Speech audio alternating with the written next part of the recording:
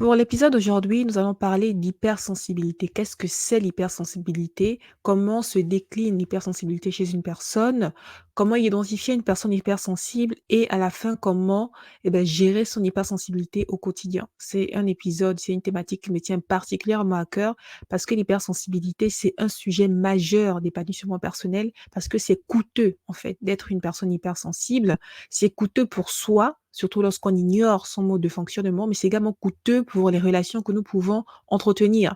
Les relations professionnelles avec des collègues, avec des managers, des supérieurs et même des relations, heu heu, familiales, amicales. Donc pour l'épisode d'aujourd'hui, nous allons nous attarder sur cette thématique. L'hypersensibilité, c'est pas un sujet farfelu, c'est pas une autre manière de revendiquer, une certaine victimisation. L'hypersensibilité, c'est pas de la victimisation, c'est un sujet très sérieux. Il s'agit d'une façon, on va dire exacerbée, une façon particulière à ressentir, à percevoir les stimulus qui, nous entourent et c'est une approche, c'est une atypie, en fait, du cerveau qui a été mise en exergue par Carl Gustav Jung, si vous le connaissez, qui est un grand, psychologue, psychiatre, suisse, ainsi que par Hélène Aron. Ce sont ces 2 éminents scientifiques, n'est-ce pas, qui ont pu poser un diagnostic, vraiment clair et détaillé sur ce que c'est l'hypersensibilité. L'hypersensibilité n'est pas une maladie, c'est juste une manière de percevoir le monde et cette façon de percevoir le monde peut souvent être délétère pour les personnes, qui portent en fait cette, façon de on va dire de se mouvoir dans le monde. Donc, pour l'épisode d'aujourd'hui, je vous propose un test de 8 questions pour déterminer si oui ou non vous êtes une personne de nature hypersensible. Mais avant, déjà, revenons sur les différents aspects de l'hypersensibilité. Il faut savoir que l'hypersensibilité se, on va dire, décline en 4 dimensions. Il y a la dimension sensorielle, c'est-à-dire que des personnes qui sont très sensibles, à tout ce qui est ouïe, c'est-à-dire l'audition, le goût, le toucher, la vue, l'odorat, c'est-à-dire qu'il y a des odeurs que certaines personnes ne peuvent pas supporter. Il y a certains bruits, n'est-ce pas, qui sont, très peu à tolérer, certaines formes de lumière, certaines couleurs et cetera. Tout ça, c'est de l'hypersensibilité sensorielle. Il y a des personnes qui sont hypersensibles sensorielles, sans être, par exemple, sur la dimension émotionnelle. Parce qu'il y a également l'hypersensibilité émotionnelle. Là, nous sommes vraiment sur des personnes qui peuvent ressentir des gros vraiment des grosses, charges émotionnelles. Vous vivez la même situation, mais la personne, on a l'impression vraiment que c'est la mer à boire. En fait, c'est parce que personnellement, intérieurement, elle est une personne émotionnellement hypersensible, donc elle ressent les choses plus fortement. L'hypersensibilité émotionnelle peut également se décliner sous la forme de souvent avoir des feedbacks émotionnels. C'est-à-dire que vous êtes là, par exemple, en train de travailler avec un collègue et subitement, vous repensez à la remarque de votre manager qu'il a faite, 2 mois avant et le souvenir de la remarque de votre manager sur votre travail, qui s'est passé 2 mois avant, va susciter en vous de l'angoisse. Pourtant, à l'instant T, vous êtes sur un autre projet avec une autre personne parlant d'autre chose, mais parce que vous avez eu simplement le souvenir de cette, situation passée, vous ressentez les choses de façon très forte et ça vous tétanise, en fait. Vous avez vraiment des flashbacks émotionnels. On a l'hypersensibilité relationnelle. C'est quoi l'hypersensibilité relationnelle? Ce sont des personnes qui, sans forcément connaître une personne, voilà, ce sont des individus qui, sans forcément connaître une personne, pourront facilement cerner, en fait, de quoi il s'agit. Elles pourront facilement comprendre les émotions de la personne, les préoccupations de la personne. Par exemple, vous prenez les transports en commun, vous vous asseyez à côté d'une personne et le simple fait de vous asseoir, près de cette personne, de la regarder un petit instant ou même pas forcément de on va dire de lui prêter attention, mais juste le fait de s'asseoir près d'elle, vous allez ressentir comme des espèces d'informations, voilà, qui viennent, de nulle part, mais en fait qui viennent de votre interprétation inconsciente de certains stimuli que la personne dégage. Donc, on a cette, hypersensibilité, interpersonnelle, relationnelle qui existe. Et nous avons l'hypersensibilité cognitive. Ça, c'est vraiment autre chose. C'est une manière, on va dire d'interpréter le monde, une manière de réfléchir, les pensées en popcorn, les pensées en arborescence. C'est aussi ça, en fait. C'est tout ça, en fait. L'hypersensibilité, c'est tout ça, le panel de l'hypersensibilité. Une personne peut être à la fois hypersensible sensorielle et hypersensible émotionnelle ou alors relationnelle émotionnelle. Ce sont vraiment des combinaisons qui sont, infinies. Il y a une, hypersensibilité par personne dans le sens où nous ne sommes pas toutes hypersensibles de la même façon. Une personne peut juste être hypersensible de l'odorat, mais vraiment, plus ou moins équilibrée de façon, émotionnelle. Vous comprenez ce que je veux dire? Donc c'est vraiment ce qu'il y a à retenir. Déjà la première étape que j'ai à vous proposer, c'est déjà est-ce que vous savez vous répertorier, heu, sur ces 4 dimensions d'hypersensibilité? Vous êtes plutôt hypersensible émotionnelle, relationnelle, cognitive ou bien sensorielle? Dites-le moi en commentaire. Donc, commençons le test. J'ai prévu 8 questions, 8 questions pour vraiment vous aider à vous identifier en tant que personne hypersensible ou pas. Et ces 8 questions sont vraiment, on va dire, regroupées pour, assez vite, poser le diagnostic, en fait. Première question, 1re information, première identification de votre, supposée hypersensibilité, c'est que vous avez toujours l'impression d'être en décalage avec le monde. Vous avez toujours l'impression de ne pas trouver votre place, d'être différent des autres, de ne pas comprendre comme les autres, de ne pas faire comme les autres. C'est vraiment un sentiment qui naît et qui provient de quelque chose de bien plus profond, en fait. Votre sentiment de décalage est simplement dû au fait qu'effectivement, votre manière d'interpréter le monde étant différent, cette manière d'interpréter le monde vous pousse, en fait, à des émotions et des actions différentes des autres personnes, qui vous entourent. Donc ce sentiment de décalage, il est vraiment commun aux personnes hypersensibles. Ça, c'est la première identification. Et c'est quelque chose qui vous parle, en fait. Ne pas vous sentir à votre place, ne pas être comme les autres, ne pas réfléchir comme les autres ou souvent même avoir des réflexions comme: «Ah oui, t'es bizarre, t'es étrange, tu différente, tu ne fais pas comme nous, pourquoi t'es comme ça?» Ce genre de remarques, en fait, malheureusement, des critiques souvent de l'entourage, eh bien, qui permettent justement de mettre en exergue et en évidence que vous n'êtes pas comme les autres. Deuxième question et deuxième élément qui pourrait vous, permettre de savoir si vous êtes de nature hypersensible ou pas, c'est que en fait, vous avez des flashbacks émotionnels. C'est ce que j'expliquais, tout à l'heure, sur le slide précédent. C'est que comme ça, sans raison particulière, vous revivez de façon très intense des émotions corrélées à des événements qui sont loin dans le passé, quoi. Et même ces événements peuvent remonter à très loin dans le passé, que des années, des mois, des années, des décennies même. Vous repensez à une situation de votre enfance, par exemple, vous avez plus de 30 ans, vous repensez à une situation de votre enfance et vous ressentez encore la colère, vous ressentez la peur qui vous, qui vous assaillit. Ce n'est pas normal, en fait. C'est pas normal de ressentir de façon physique, une émotion qui date de plus de, 3 minutes, en fait. Parce que le cerveau humain, en 3 minutes, 5 minutes, c'est bouclé normalement. En 5 minutes, on a fini de gérer tout le process émotionnel. Après, ça peut prendre du temps, je suis d'accord avec vous, dépendamment des traumatismes et de la régulation personnelle que vous avez, ça peut prendre plus ou moins du temps. Mais en moyenne, une émotion ne prend pas plus de 5 minutes, en fait. Maintenant, si vous, il vous faut, 10 ans, pour digérer une émotion et même encore là, elle n'est pas digérée puisque de façon continuelle, elle refait surface, c'est que vous êtes de nature hypersensible émotionnelle. Heu, 3e point pour savoir identifier si vous êtes de nature hypersensible, c'est que vous avez une forte conscience sensorielle. Voilà, vous êtes très sensible, aux couleurs, vous êtes très sensible aux odeurs, vous êtes très sensible, à l'artistique, en fait, de façon générale. Vous avez une âme d'artiste, vous êtes très sensible aux formes, au toucher, aux textures, heu, une variation de température, par exemple, peut changer votre humeur. Voilà, vous êtes, de nature vraiment très sensible à ce genre de détails, c'est vraiment que vous avez, une hypersensibilité, une conscience sensorielle qui est vraiment très développée.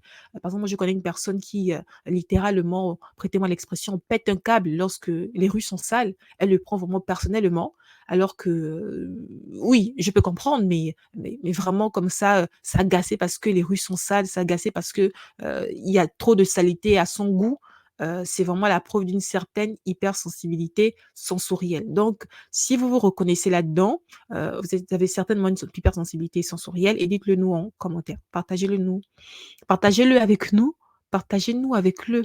excusez-moi, partagez-le avec nous, oui, si c'est bien ça, en commentaire.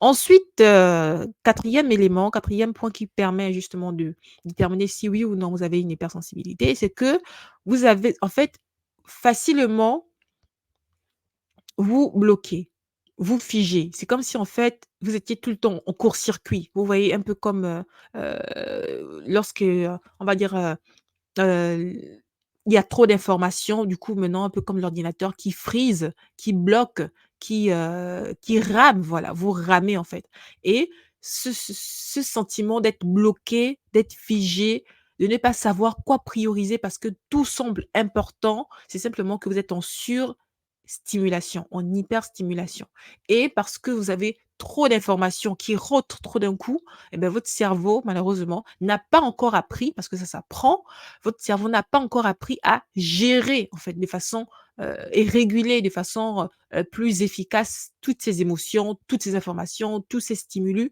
et donc momentanément, eh bah, vous bloquez, vous figez. Et l'impression de se figer, l'impression de se bloquer, c'est quelque chose que vous ressentez très souvent et c'est très important, d'être honnête avec vous-même et c'est très important aussi de savoir rapidement l'identifier. Parce que, par exemple, pour les enfants, les enfants qui ont ce genre de réaction, émotionnelle et qui ont ce genre d'hyper, en fait, stimulation, croyez-moi, c'est très douloureux. C'est très douloureux pour un enfant de comprendre ce qui lui arrive, de comprendre ce qui se passe, de mettre les mots sur ce qui se passe. C'est pourquoi c'est très important, n'est-ce pas, de vraiment être, conscient de ce genre de sujet qu'est l'hypersensibilité. C'est une façon d'être qui, souvent peut causer en fait beaucoup de mal parce qu'il y a une totale ignorance là-dessus. Vous comprenez ce que je veux dire? Donc c'est vraiment un fait qui vous concerne, le fait d'être bloqué, d'être figé, d'être coincé, de ne pas par où commencer, n'est-ce pas? Et c'est tellement intense que vous procrastinez. Il y a beaucoup, d'hypersensibilité, de la procrastination également. Donc, si c'est votre cas, partagez, le avec nous, dans les commentaires.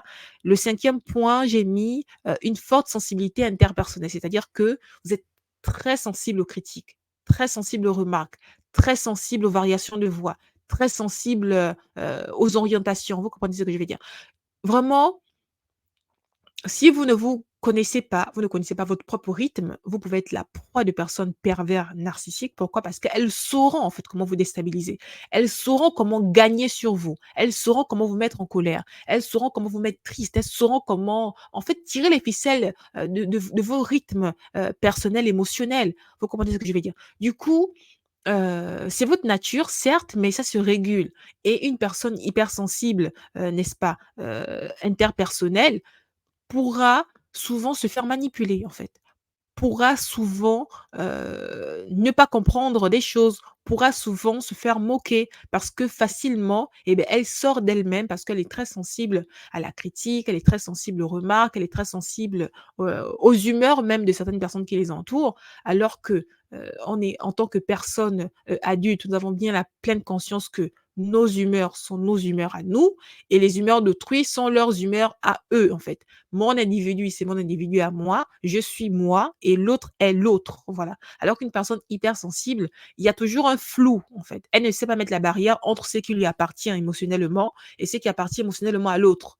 Ce qui lui appartient, de façon, voilà et ce qui appartient à l'autre, voilà. Une personne qui est hypersensible, interpersonnelle, c'est une personne qui ne sait pas mettre les émotions distinctes entre elle et les autres. Ensuite, le 6e point, c'est que vous avez une forte intuition. Il y a beaucoup de personnes qui sont très intuitives et souvent dans des milieux pas très, on va dire éduqués. Souvent cette intuition est corrélée à des formes de puissance, de force, de super pouvoir. Oui, c'est sympa de dire, super pouvoir, mais souvent ce n'est rien d'autre que de l'hypersensibilité. C'est-à-dire que la personne est très connectée à son inconscient, l'inconscient qui capte en fait toutes les informations, de l'environnement, voilà. Le cerveau capte rapidement les informations de l'environnement et crée en fait un résumé de ce qui se passe. en fait. Les personnes qui n'ont pas d'intuition, en griffe, ce sont des personnes qui sont très centrées sur elles-mêmes, qui ne sont pas très conscients de leur environnement. Mais croyez-moi, dès que vous êtes assez conscient de votre environnement, vous êtes conscient de ce qui se passe autour de vous, l'intuition, en quelque sorte, ça se développe, voilà. Et les personnes qui sont très intuitives, qui savent percevoir les choses souvent subtiles, cachées, et cetera, ce sont souvent des personnes qui sont simplement hypersensibles et hypersensibles, très connectées à leur subconscient, à leur inconscient et donc facilement ils savent, comprendre des choses souvent que, voilà quoi, beaucoup de gens ne souvent par manque de connaissances ou manque de connexion à soi-même, peuvent, passer à côté. Vous comprenez ce que je veux dire? Par exemple, une personne qui, pour ceux qui ont grandi, par exemple, en Afrique centrale, dans des régions assez pluvieuses, souvent, c'est évident de savoir que la pluie arrive parce que le ciel commence à devenir tout gris, ça commence à s'assombrir, l'humidité même dans l'air change et cetera. Dire que oui, dans moins d'1 h 32, il va pleuvoir, c'est pas de l'intuition. C'est simplement que vous avez su interpréter certains signaux de votre environnement. Et ben c'est ça et c'est ça en fait avec l'hypersensibilité, avec des personnes en fait qui sont très aptes, très ouvertes et très, fortes en fait à savoir détecter rapidement certains signaux de l'environnement et produire des conclusions en fait qui sont, proches de la réalité. Donc vous avez une très forte intuition. 7e point, j'ai noté, que vous êtes, toujours en hypervigilance. Voilà. Vous êtes toujours en hypervigilance, vous êtes toujours en train d'observer l'environnement, d'anticiper les actions, les émotions, les événements qui se passent autour de vous. Heu, Souvent, vous prend souvent, comme une personne trop sérieuse, souvent même trop rigide parce que vous avez toujours l'impression de tout contrôler. En fait, c'est une forme d'hypersensibilité et c'est en fait un moyen de protection de ne pas être, voilà, comme, le point, 4, être hyper stimulé. Une personne qui est toujours en hypervigilance, qui contrôle justement, toujours tout ce qui se passe autour d'elle pour toujours avoir, on va dire du temps de repli si jamais, les choses commencent à devenir un peu trop compliquées à supporter et ben, ce sont des personnes en fait qui sont de nature hypersensible et parce que très tôt, elles n'ont pas su mettre un mot sur ce qu'elles ressentaient et ben, elles ont développé une façon de fonctionner qui fait que, eh ben, elles ne se sont pas forcément envahies rapidement. Du coup, c'est hypervigilance, c'est retrait, c'est, voilà, suranalyse, overthinking comme on dit. C'est une manière en fait de manifester, une façon d'hypersensibilité et en dernier, j'ai mis, l'empathie. C'est vraiment, très commun. Une personne de nature assez empathique, une personne, qui est vraiment tournée vers l'humain, qui est tournée vers le progrès de l'humain, qui est tournée vers le bien-être de l'humain, une personne qui bizarrement crée assez de confiance pour, pousser à la confidence. Vous êtes une personne et naturellement, les gens se confient à vous, les gens vous demandent conseil, les gens se tournent vers vous pour être inspirés et cetera. Certainement, vous êtes de nature hypersensible justement et ça se manifeste par votre empathie, c'est-à-dire votre enclin à se mettre à la place de l'autre et donc à le comprendre, davantage et le comprendre mieux. Donc, c'était pour le test, sur l'hypersensibilité. Dites-moi en commentaire, sur quel point, n'est-ce pas, vous vous êtes, reconnus. Ce serait intéressant de partager cela avec vous. Maintenant, que vous avez fait le test et vous avez conclu qu'effectivement, votre façon de fonctionner, eh beh, ça a un nom qui est l'hypersensibilité. Comment on gère cela? Il faut savoir qu'une personne qui est hypersensible et qui ne se sait pas hypersensible, c'est une personne qui souffre. Et souvent, ça peut même aller à de la dépression parce qu'elles se sont inadaptées au monde. L'hypersensibilité au travail, c'est encore un autre sujet qui peut vraiment être, très lourd, n'est-ce pas, pour certaines personnes.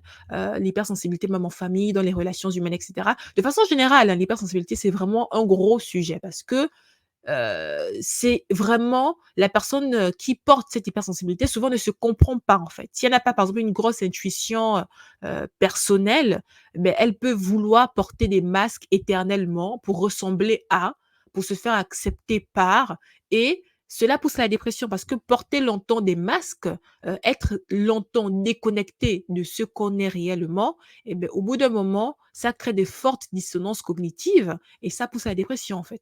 Ça pousse à la fatigue, à la surfatigue parce que à chaque fois, il faut calculer, il faut réfléchir de comment est-ce qu'il faut faire pour ne pas sembler trop bizarre et cetera.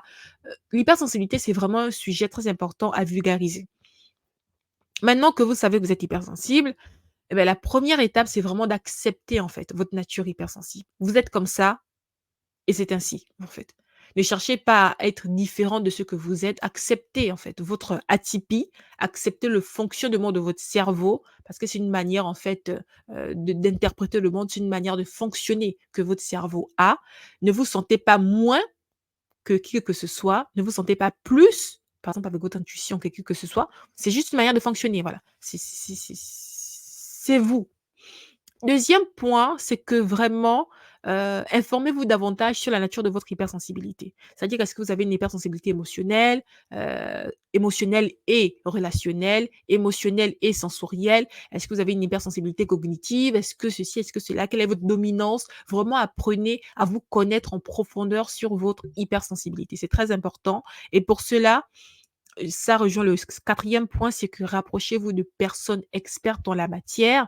Ne soyez pas, complexés par rapport à ça. Au contraire, décomplexez-vous par rapport à ça. Vous êtes une personne qui fonctionne différemment et pendant longtemps, vous avez joué des rôles, en fait. Donc pendant longtemps, vous n'avez pas eu le temps de vous étudier vous-même pour savoir qui vous êtes, en fait. Et il y a des personnes, il y a des études qui ont été faites. En introduction, je vais vous présenter, des psychologues qui ont mené des études là-dessus, qui ont initié en fait les études sur ça. Et maintenant, il y a plein de personnes expertes en la matière qui savent en fait identifier et accompagner des personnes hypersensibles. Et pourquoi avoir besoin d'un accompagnement? Parce que simplement l'accompagnement vous permettra, là on revient sur le point 3, en fait, à aménager votre vie professionnelle et personnelle.